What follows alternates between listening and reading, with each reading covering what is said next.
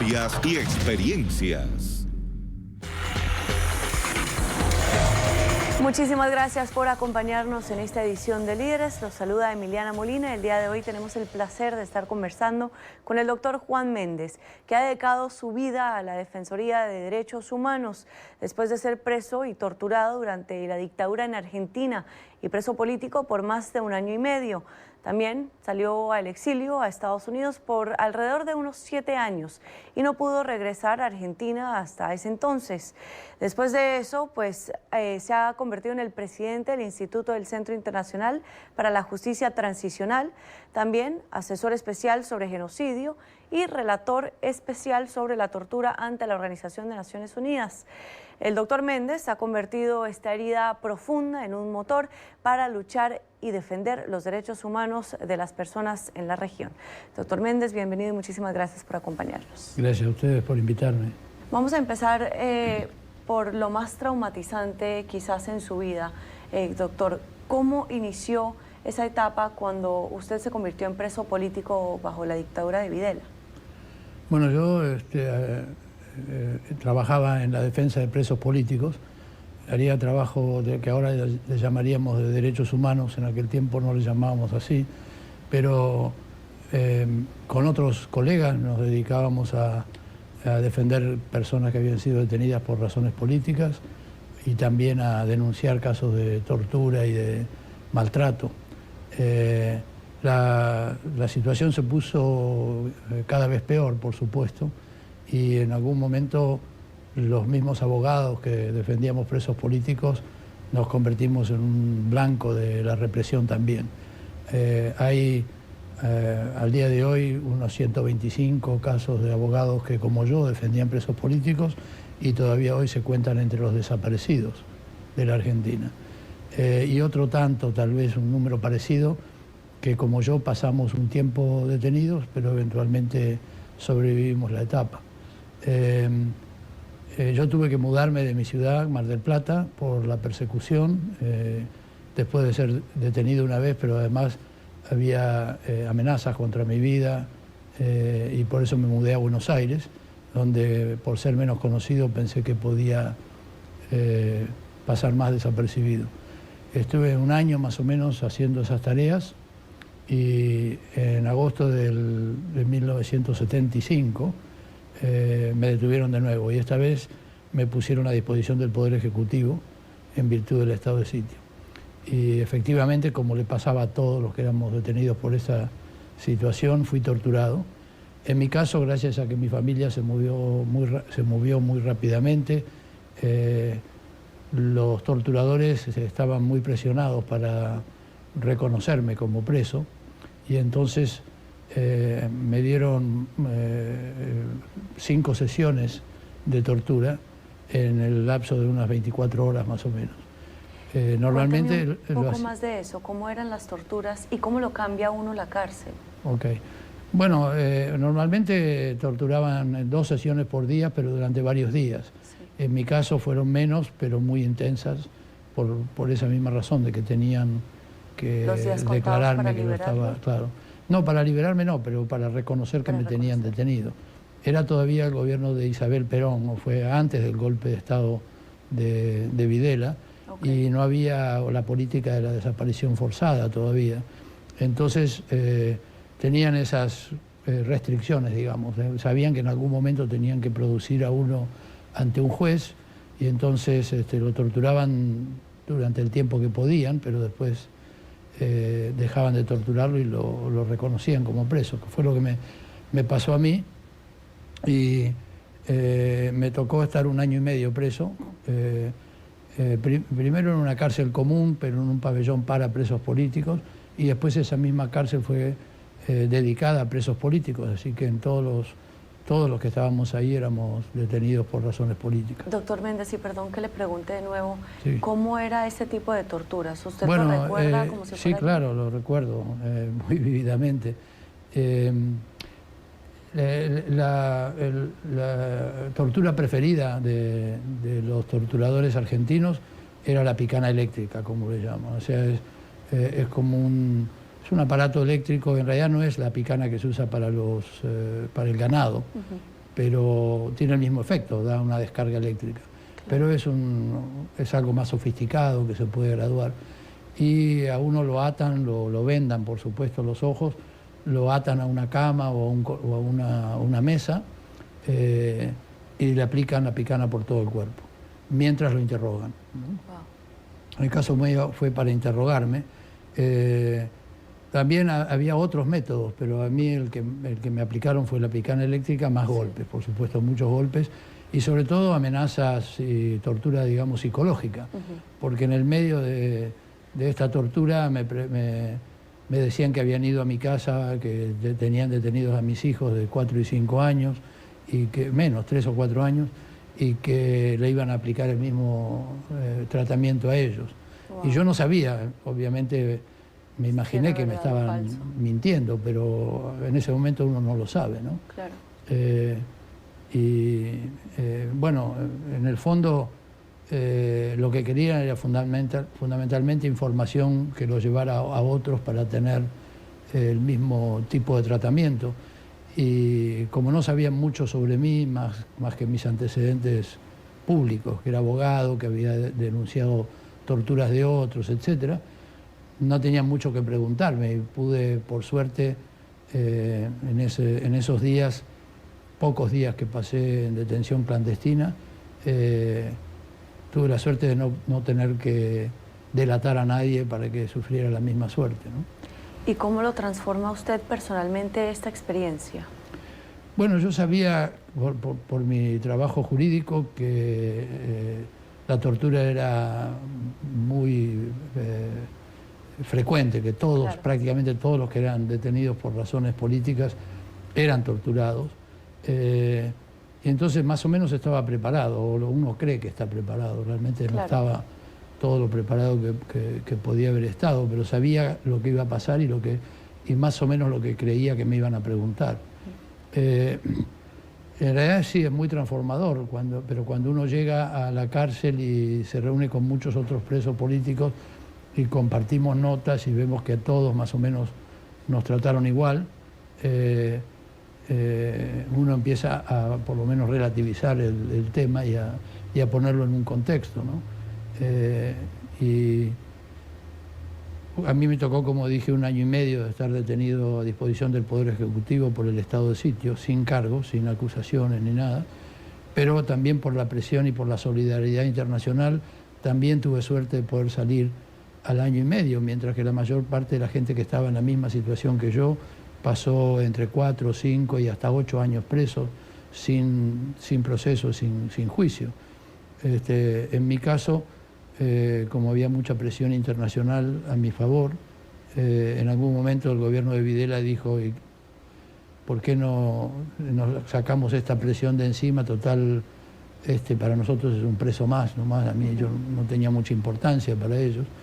Y efectivamente no me liberaron en la Argentina, pero me dejaron salir al exilio.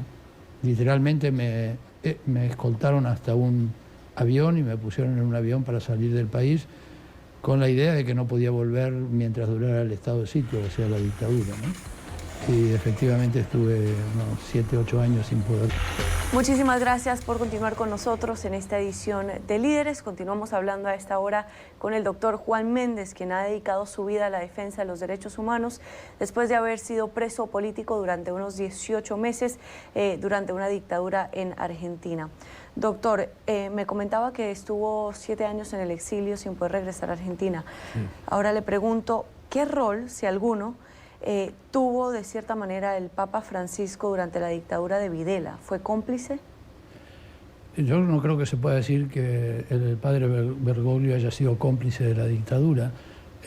Los distintos líderes religiosos en la Argentina tuvieron distintas actitudes, algunas más sumisas al poder dictatorial y algunos realmente heroicamente defendiendo al pueblo contra la dictadura.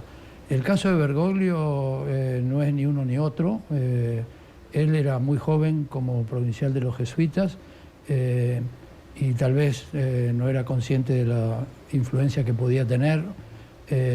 Hubo un episodio que se ha difundido mucho en la Argentina, y que es que dos sacerdotes jesuitas, uno argentino y el otro húngaro, fueron detenidos y desaparecidos durante 8 meses y después liberados en la Argentina.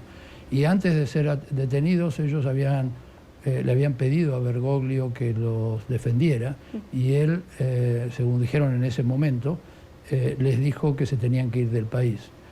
El problema es que junto con esos dos jesuitas detuvieron a unas 8 o 10 jóvenes católicos, chicas y chicos, entre ellos la hija de Emilio Mignone, que es el ahora fallecido líder más importante de derechos humanos que produjo la Argentina en esos años, y que era un hombre de fuertes convicciones cristianas también.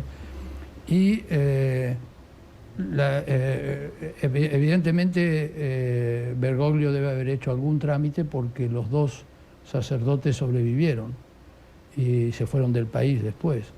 En cambio, los civiles, estos jóvenes, están todos todavía hoy desaparecidos. Wow. Si pudo haber hecho más o menos, solamente él lo sabe, ¿no? De todas maneras, es cierto que especialmente ahora en su rol de sumo pontífice, el movimiento de derechos humanos de Argentina le reconoce su liderazgo en temas fundamentalmente de derechos humanos, incluido la lucha contra la pobreza. Y otro de los principales dirigentes civiles de derechos humanos, Adolfo Pérez Esquivel, Premio Nobel de la Paz, es un amigo personal íntimo del Papa Francisco. De manera que la respuesta final puede ser un poco ambigua y depende un poquito de cómo uno analice los temas, pero hay que tener la capacidad de ponerlos en la perspectiva y en el contexto en el que ocurrieron. Doctor Méndez, ¿y cómo empieza usted su trayectoria de utilizar eso tan duro que vivió en su vida para lograr algo positivo y esta trayectoria de defender los derechos humanos? Bueno, cuando yo salí de la Argentina estaba obsesionado con la situación de mis compañeros de cárcel que quedaban detenidos, y sobre todo porque justamente antes de salir yo había habido algunos incidentes en los que sacaban a presos de la cárcel donde yo estaba y los asesinaban. Entonces yo estaba realmente muy preocupado, y de entrada, incluso el mes que pasé en Francia, me dediqué a hacer denuncias, a pedir intervenciones sobre el tema, destacar quiénes estaban en peligro y quiénes eran, para que se ejerciera solidaridad a favor de ellos. Cuando llegué a Estados Unidos hice lo mismo, aproveché que muchos congresistas, senadores y representantes habían escrito cartas en mi nombre, y los fui a ver y les pedí que ellos hicieran lo mismo por otros. Eso me puso en contacto con el movimiento de derechos humanos casi enseguida, sobre todo con Amnistía Internacional, que tenía oficinas acá en Washington entonces, y con la Washington Office on Latin America, que hacía mucho trabajo sobre nuestro continente, y de esa manera fui empezando a hacer gestiones de solidaridad. Conseguí un trabajo acá en Washington, trabajando con migrantes, y a los 2 años más o menos me revalidé mi título de abogado, y inmediatamente entré a trabajar para la organización que hoy se llama Human Rights Watch. Entonces ya desde, digamos, a los 2 o 3 años de estar en Estados Unidos ya estaba trabajando profesionalmente en el tema de derechos humanos. Doctor Méndez, si usted de hecho es presidente emérito del Centro Internacional para la Justicia Transicional, no existe una transición perfecta, y estoy pensando por ejemplo en Colombia y Venezuela. La línea más difícil de trazar es la de la justicia y del perdón. ¿Cuáles cree usted que son los elementos básicos que debe tener una transición para que se pueda hacer de forma pacífica y también justa? Sí, efectivamente, todas las transiciones son distintas, son todas muy determinadas por factores muy concretos, tanto del momento como del lugar y de la tradición política y jurídica de cada país. Pero el derecho internacional ha elaborado una doctrina alrededor del tema de las violaciones más graves, las violaciones masivas y sistemáticas de los derechos humanos, como la desaparición forzada, la tortura, la ejecución extrajudicial, la detención arbitraria y prolongada por mucho tiempo. Esos delitos no pueden ser olvidados ni perdonados por el Estado. Obviamente las personas pueden perdonar, pero el Estado no puede obligar a las víctimas a perdonar. El perdón tiene que surgir de una actitud de reconocimiento de la maldad de los actos y del efecto producido, el daño producido a otros. Y francamente, cuando hay una amnistía o un manto del olvido que se tiende supuestamente en aras de la transición pacífica, lo que se hace es violar por segunda vez los derechos humanos de las víctimas. Entonces, hay por supuesto la obligación de buscar formas de reconciliación y de superación del conflicto. Lo que no es posible es imponerle a las víctimas una superación del conflicto en la cual su papel es completamente pasivo y donde no se les reconoce su calidad de víctimas. Idealmente lo que los estados tienen que hacer es abrir un proceso de verdad y de justicia y de memoria. O sea, que para que las violaciones de los derechos humanos no caigan en el olvido, no se las barra bajo la alfombra deliberadamente, porque si no, eso no es una reconciliación real. Al contrario, es una fórmula para ir recreando el conflicto porque no hay solución al padecimiento de las víctimas. Doctor Méndez, le pregunto, ¿usted siente que ha perdonado a la dictadura de Videla? Bueno, yo no he perdonado individualmente a nadie. Tampoco he insistido mucho en mi caso porque hay casos mucho más graves en la Argentina y le ha costado mucho al país investigar, procesar y castigar los delitos más graves.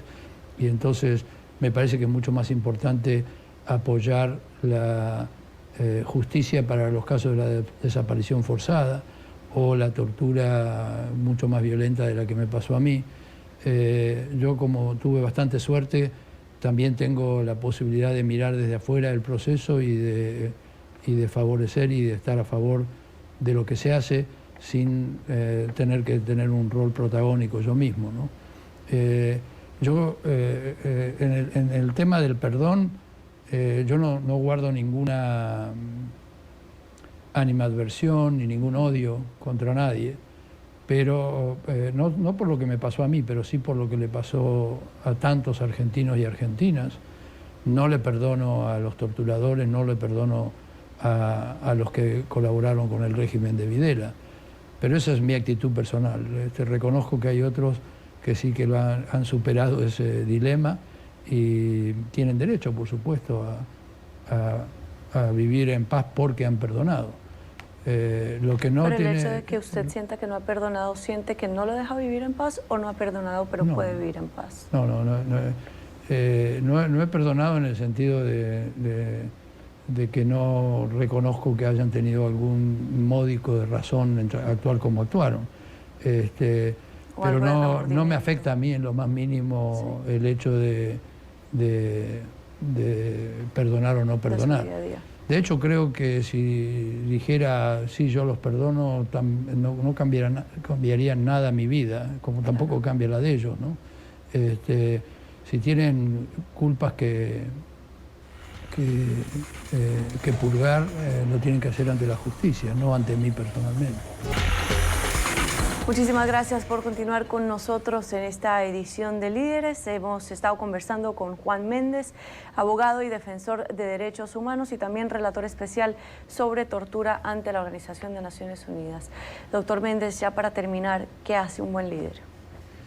Bueno, un buen líder se informa muy bien, sabe discernir entre fake news y verdadera información, estudia y sobre todo escucha, ¿no? Escucha a las personas a las que quiere favorecer, a las víctimas de violaciones, pero también a las generaciones de activistas de derechos humanos que surgen todos los días en todos los países, que vienen con experiencias distintas, con actitudes distintas, y que es necesario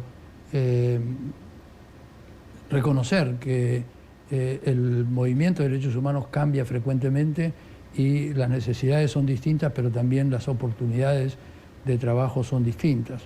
Y especialmente el movimiento se está haciendo más masivo, incluye a mucha gente que trabaja desde sus lugares, no profesionalmente como tuve yo la suerte de poder hacer, y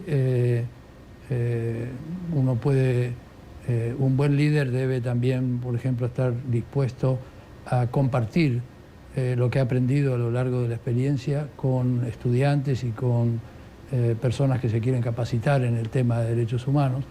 Yo en mi caso estoy recordando el gran favor que le debo a quienes fueron mis mentores en distintos momentos, como Emilio Mignone, a quien ya mencioné, pero también más recientemente y acá en Estados Unidos, Arian Ayer, por ejemplo, que fundó lo que es hoy Human Rights Watch, y por suerte he tenido oportunidad de tener contacto con otras personas como ellos y ellas que me ayudaron a tener una carrera en derechos humanos y que espero yo también poder compartirla con otros. Doctor Juan Méndez, un placer conversar con usted. Muchísimas gracias. El gusto es mío. Muchas gracias, Emiliano.